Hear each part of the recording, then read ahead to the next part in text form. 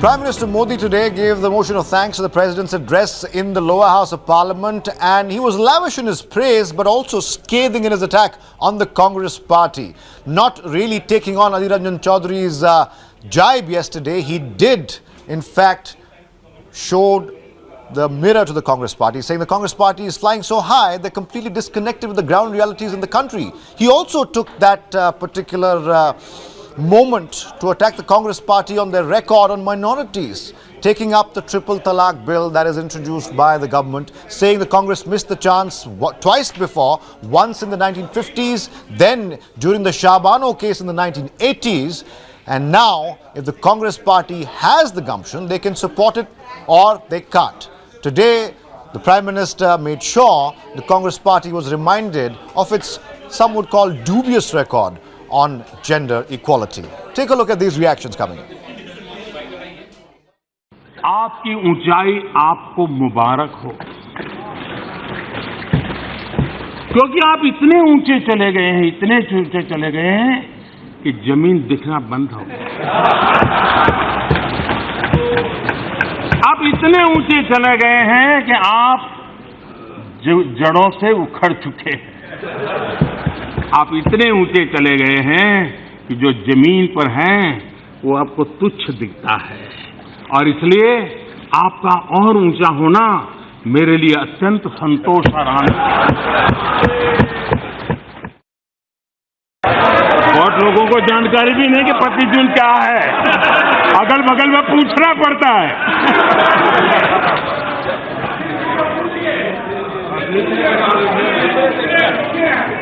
25 जून की वो रात देश की आत्मा को कुचल दिया गया था।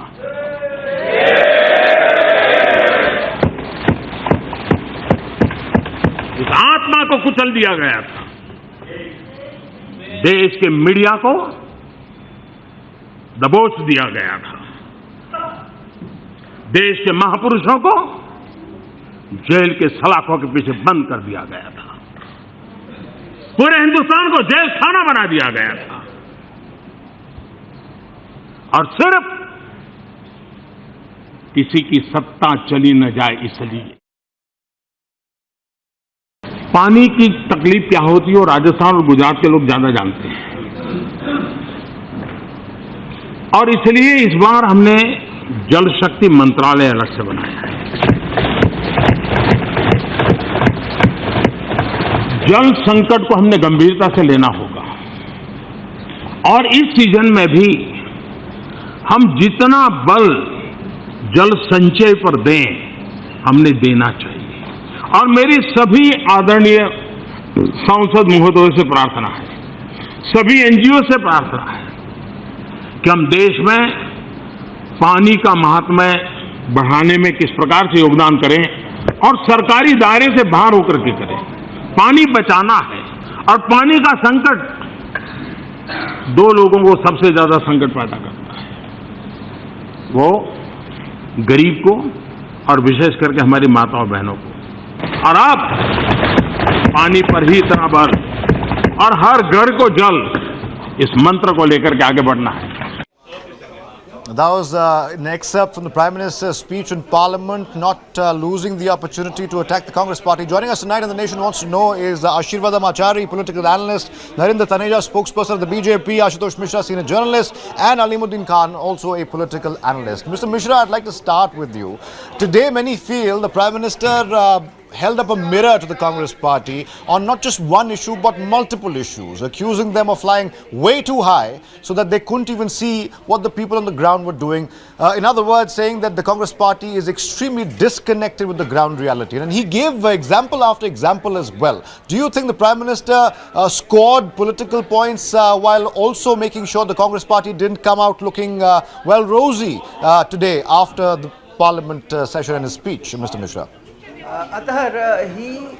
When he started, he spoke about his opponents still having that Chunawi tone in their speeches, and the Prime Minister had the same tone. It was the tenor and content was full of negativity.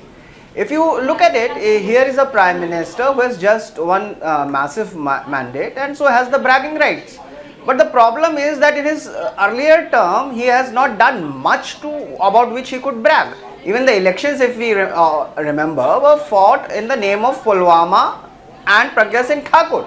So what he does is try to run down the opposition. But Mr. Mishra, with all due respect, why do you say the Prime Minister was negative? He was pointing out the negativity the Congress party, in his words and his views, tries to project on his government as far as his initiatives are concerned. He mentioned Make in India and the negativity the Congress party had in fact tried to portray around Make in India. That was just one example I'm giving you right now. Why do you say the Prime Minister was being negative? Yeah, the Prime Minister, why I say that Prime Minister was being negative was here is a man who is starting his second innings and the nation wants to know what new India will look like. He does not have much to talk about there because in the last 5 years there hasn't been much of Make in India. I mean, we all know joblessness is at a 45 years high. So what he does is try to run down Congress. I mean, it tries to. But he also gave examples, and I'll get Mr. Taneja on this. Mr. Taneja, even though Mr. Mishra says, no, I get your point and I understand your point. But the point here that I'm trying to make, Mr. Taneja, is that he did give specific examples of where the Congress, in his view, had spread negativity, be it about Make in India or be it about criticizing the Prime Minister and his flagship schemes as well. He also took pot shots at the Congress leadership and their over-reliance, I might add, on one particular family, Mr. Taneja. Oh, absolutely. I mean, look, the Prime Minister's speech was full of positivity. He came out with a broad kind of, outlines on how the government is working, on the schemes the government is working. At the same time, creating a new vision of India that he has shared in the past, with the electorates and with the people of the country repeatedly. So we were just talking about it. At the same time, today we are sitting on the 25th of June. You have to talk about emergency. You have to talk about the fact that they crushed the soul of India. You have to, and who, for what? Just to protect one family. And their family has been the beneficiary. So you have to talk about it. How can you ignore not to talk about it on the floor of Parliament, especially when you're the Prime Minister of the country, on the 25th of June? The point is that the entire country is talking about it. And he said the soul of India was crushed. Okay, and that wasn't the only point he raised. The emergency wasn't the only point he raised. And I want to ask Mr. Khan if you have a response to that. Because, like I said, the emergency wasn't the only point that Mr. Prime Minister raised today. He also, in fact, mentioned, and I'm going to come to specifics in just a bit, about minorities and what the Congress party has played in terms of a role over the past, 5 decades, the best part of 5 decades, really. And I'll come to specifics in just a bit. But Mr. Khan, if you want to respond to Mr. Taneja right now, I'll give you the chance. See, actually, just for the sake of criticizing Prime Minister will not work. In fact, when a Congress use abusive language against Prime Minister got 22 million votes in one abuse. He was getting positivity that way. So actually, Congress has to change its approach. Pragya Thakur and now Rafael is not going to work. Congress has to do its overall because the advisors around Rahul Gandhi, they are not capable, not capable doing so. I understand that. I'm glad you're being magnanimous enough to actually admit that, sir. But my question is slightly different. When he attacked the Congress party, and in particular the first family of the Congress party, saying that the Congress party had been unfair to all its other leaders who didn't come from the Nehru Gandhi family, was he right or not? No, sir, I am coming to that point because they choose to attack Rahul Gandhi family. The reason behind it is he know very well that Gandhi family means Congress and Congress means Gandhi family. He knows once this Gandhi family is give up from the Congress, then Congress is nowhere. So he is attacking on a particular point, but at the same time, Congress has to be united and alert. You're still admitting then what the Prime Minister in fact spoke of, that the Congress party just cannot look beyond one particular family, and that has perhaps been its downfall in the recent past 5 to 6 years. I want to quickly go across to Ashirvadam Achari as well, who hasn't spoken yet. Mr. Achari, the Prime Minister's attacks were concerted, they were poignant, some would say, and they were quite scathing as well. I mean, he spoke about the Shabano case, case.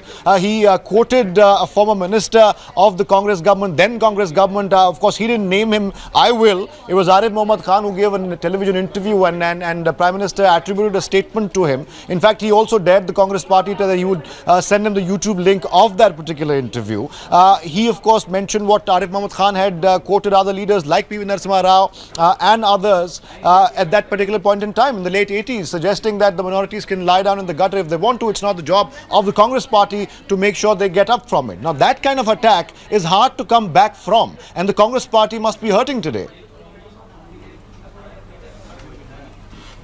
Yeah, Atta, today Prime Minister Narendra Modi has shown he is a statesman, and the way he has put out his arguments, it was fantastic. At the same time, he was brutal in attacking the first family of Congress. And how he has attacked? He has attacked with the words of their own partyman, Arif Mohammad Khan's words, when he has said that the Congress party is using the Muslims only for gaining their votes, and they are really not bothered about their well-being. That is very much important. The Muslim community should first of all understand the double standards of Congress party. They are being rather used for vote banking and nothing else the Congress party has in store for them.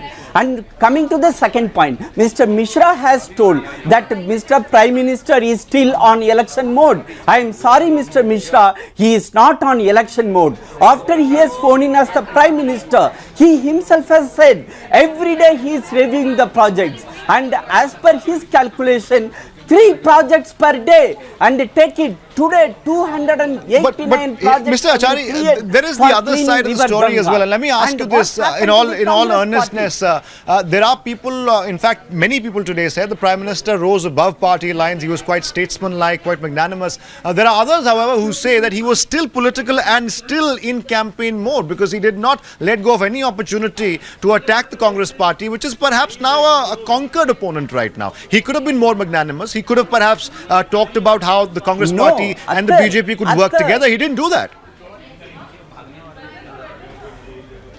The fact is, Adi Ranjan Chaudhary, he used a derogatory remark on the same floor of the House, and the Prime Minister has to give a fitting reply to the Congress party and its floor leader. And where else he will give the reply? And this is the right opportunity to show them the mirror.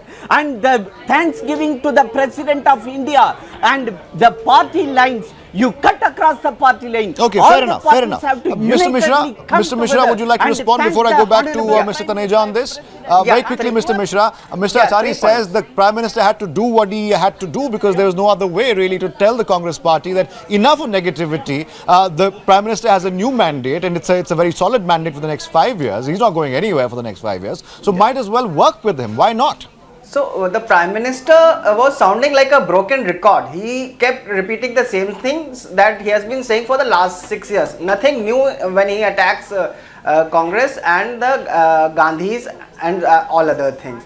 Now here, as I said earlier also, if you are a Prime Minister who has come in with a fresh mandate for 5 years, the first thing you do is call an all-party meeting and talk about one nation, one election. When the farmers are in distress, when your own chief economic advisor has exposed you that you fudge statistics and you lie through your teeth. Now, you can't talk about those things. On that note, I'll take a short break, and when I come back, Mr. Taneja, you'll have to answer that question and that particular allegation that Mr. Mishra is making on the show tonight. I'll take a short break right now. When I come back, we start with Mr. Taneja. Don't go anywhere. I'll be right back.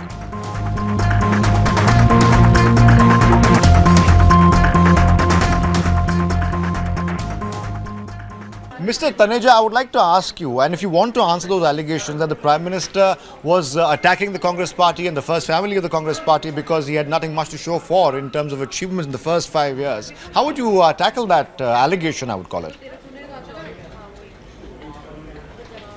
No, you see, first of all, the Prime Minister spoke like the Prime Minister, very, very statesman-like. And after all, you know, that was his speech. So he has to, at the same time, address the major issues, and which he did. As you know, he talked about water, corruption, agriculture, $5 trillion economy agenda. I mean, he talked about practically everything. Even he talked about the Lohiya's dream in terms of, you know, toilet. and cleanliness, a number of other things. So if you look at the speech very carefully, it was like a speech of a very tall statesman. That's what it did. But at the same time, the fact is that what the Congress has done, you need to talk about it. For instance, people were trying to figure out who actually is the president of the Congress party. India today does know who is the leader of the Congress party. Who is the president? We don't know. And at the same time, you know what they did for Muslims? How they cheated Muslims. In the name of appeasement, what they did was just cheated them. Cheated. So Prime Minister had to talk about it. What they did in the 50s. And what they did in the 80s. But so he just referred to that. He was Mr. not, Taneja, I understand that, but why wasn't the focus really on the future then? He did speak about New India or Naya Bharat as he calls it, but why wasn't the focus then on, I'm sure he used the word inclusivity for one reason, but there was no mention really on what's happening around the country as well in terms of, some people say attacks on minorities, etc., etc. I don't want to go into that right now, but many people feel that the focus was way too much on the past. Instead, what the Prime Minister should have done, now that he has this big mandate, instead to focus on the future purely. He didn't really do that. That's the refrain coming in from certain quarters. No. On the contrary, if you look at it, he spent most of the time talking about the present and the future, of the plans of the government. But at the same time, there are certain, when you're talking of, let's say, triple talaq, you're talking of present and the future. But you have to refer to the past. You have to refer why in 2019 we are talking about how do we liberate 9 crore Muslim women. Okay. How do we do that? So you have to give some reference to that. If you don't give the reference, they say, where is the reference? Mr. Khan, so that was all there's the answer. But he was talking about liberating 9 crore Muslim women. Mr. Khan, there you go. There's the answer from the BJP. For the There's the answer from the BJP. Mr. Taneja has elucidated. Now, would you like to respond, Mr. Khan? Yes. I want to refer to the emergency time 1975. You see, actually, if RSS or then RSS, if they could have followed Indiraji's and they have supported Indiraji's cause, our country's population might have now only 60 crore, not more than 60 crore. So that was the positive steps he wanted to control the population, and population is the major problem of this country. That's not so why the emergency was. No, I'm sorry, Mr. Khan. That's not why the emergency was. I'm sorry. That one particular political agenda was not why the emergency, in fact, came into being. It came into being because Indira Gandhi felt she was losing political ground, and she felt she overturned the Allahabad High Court. She overturned the courts. That's why the emergency came into being. If you're trying to pawn off the reason for the emergency for being one particular political agenda that Indira Gandhi or her son Sanjay Gandhi had tried to, then you are not being fair, sir. Sir, how you can forget Indira Gandhi's work to the nation? She gave in 1974 nuclear bomb to this country. She separated, she broke Pakistan into 2 pieces. How you can forget contribution of the Indira Gandhi to this nation? No, it's the same Indira Gandhi who imposed the emergency as well. How so let's take the good with the bad. I'm not demonizing anyone here. I'm sorry, Mr. Acharya. No, I'm sorry. I'm not demonizing anyone here. Let's take the good with the bad. We have to take the positives and the negatives here. Mr. Acharya, very quickly then. Very quickly. Atta, this man has completely out of sync what had happened in the emergency. The tall leaders were put under jail. The media was crippled. Media could not even publish a single story. The democracy was killed, and this gentleman is telling that he should not talk on democracy. He should not talk on emergency. Today is the day, 25th June. Go back on the history. What Congress Party has done. What Congress Party has done to India. What Congress Party has brought emergency to just to stop the people to vote their democracy. And this man is talking without even understanding. I have limited time here. So last comments from Mr. Mishra, and then we'll try and end with Mr. Taneja if we have the time. One second, please. I have very limited time here. There's paucity of time here. Mr. Mishra, clearly the Prime Minister's speech today was not all non-political. It was peppered with political rhetoric as well. Nobody can deny that. But why grudge him that? He has the mandate. He was attacked yesterday by Adhir Ranjan Chaudhary. He had full, license to come out swinging. And come out swinging he did. You can't really fault him for that. No, you can't. But you have to point out the hypocrisy in his speech. I mean, he spoke about Mahatma Gandhi. And let's remember that the founder of Jansangh, Shyama Prasad Mukherjee, had written to the British Viceroy how how Mr. Shyama Prasad Mukherjee would help the British derail Mahatma Gandhi's Quit India movement. Why doesn't he talk about that? He keeps trying to claim credit for things which he doesn't deserve. He's trying to usurp Gandhi. We're out of time on this, and I must thank Mr. Mishra, Mr. Taneja, Mr. Khan, and Mr. Achari for joining us on The Nation Wants to Know. We'll take a very quick breather here, and we'll come back with more on the other side. Please stay with us.